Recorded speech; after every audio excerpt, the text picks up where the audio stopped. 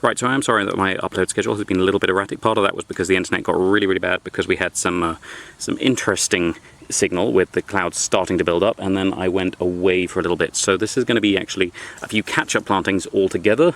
So we're actually going to be doing 7 right now. So what we're going to do is we're going to go into an area that I've been thinking about planting, and I wasn't sure. I was going to wait to see if the mango tree nearby was going to fruit heavily, because if it is, there's not great to plant little things near it, because then we'll have a lot of mango pickers trampling through here soon. But it doesn't seem to be fruiting heavily this year at all, which is good. That means I can plant things around it, which should actually improve its fruiting in later years, because the water retention of the soil should go up. So we're going to be starting with a palm which is sort of unknown. The people in the nursery weren't sure, and I'm not entirely sure, but I think it might be Aiphanes petersiana, which is the Lala palm, which is actually where I was away just recently. There were a whole lot of them around, which actually made me think and re-look at the unknown ones in the local nursery to see if it might be that is one of the native palms. It does like really well-drained soils and it's pretty drought tolerant, so hopefully it is this one, and that should settle in here well.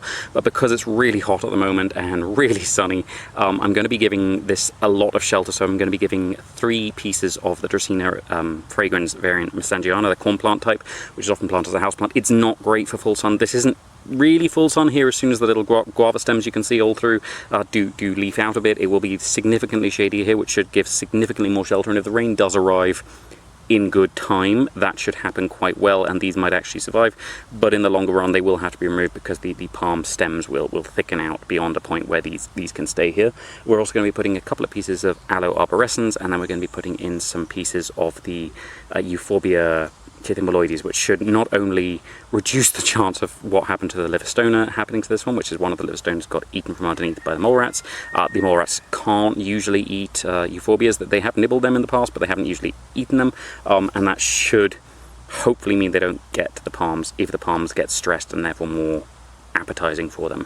Second up, we're going to be putting in our very classic planting, which is the Pachira glabra, accompanied by a standard Dracena fragrans. As you will see, this is much smaller than the Mesangiana. Even though it's more sun tolerant, I'm not sure this little one will survive because it is so small, because the pieces I can still take off the original are now tiny.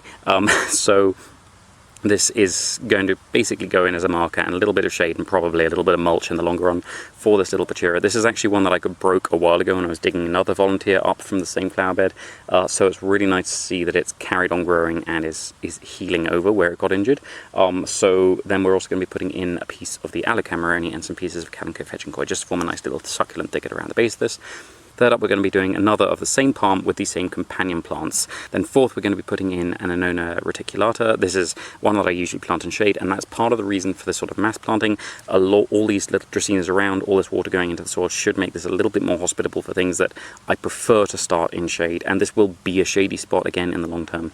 Just right now, it's a bit not. But anyway, so this Annona reticulata is going to be going in with a standard Dracena fragrans. It's going to be going in with some pieces of the Sansevieria parva, because it doesn't really need such a toxic barrier because it is itself pretty toxic, so having just a nice succulent ground cover should work quite nicely. And this is one that is pretty hardy.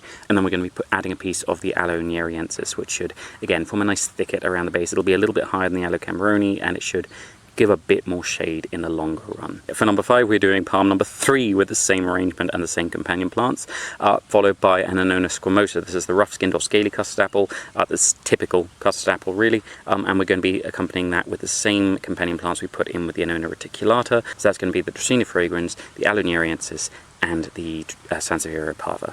And then finally, for number 7, we are going to be doing one more palm with the same arrangement of companion plants. And a lot of water has gone into these, particularly a lot of soil has gone into these, because the first one I actually hit the galleries of an old tunneling system, which seems to be abandoned because I put about 100 litres of water down there and nothing came out. So we should be fine. There shouldn't be anything tunneling in there now, but I had to backfill it with a little bit of the soil, which is why I'm going to use some of the sort of dead termite mound tops to backfill the last palm. And that should be everything for now. It might not be the last one today. I might film another one if I can brave the owls this evening. They're having a little bit cantankerous lately. But for now, thank you very much for watching. I hope you have enjoyed it, and if you haven't enjoyed it, thank you for watching anyway. And please tune in again. At some point, I will try and upload what I plant next, which will be either today or tomorrow, but we'll see.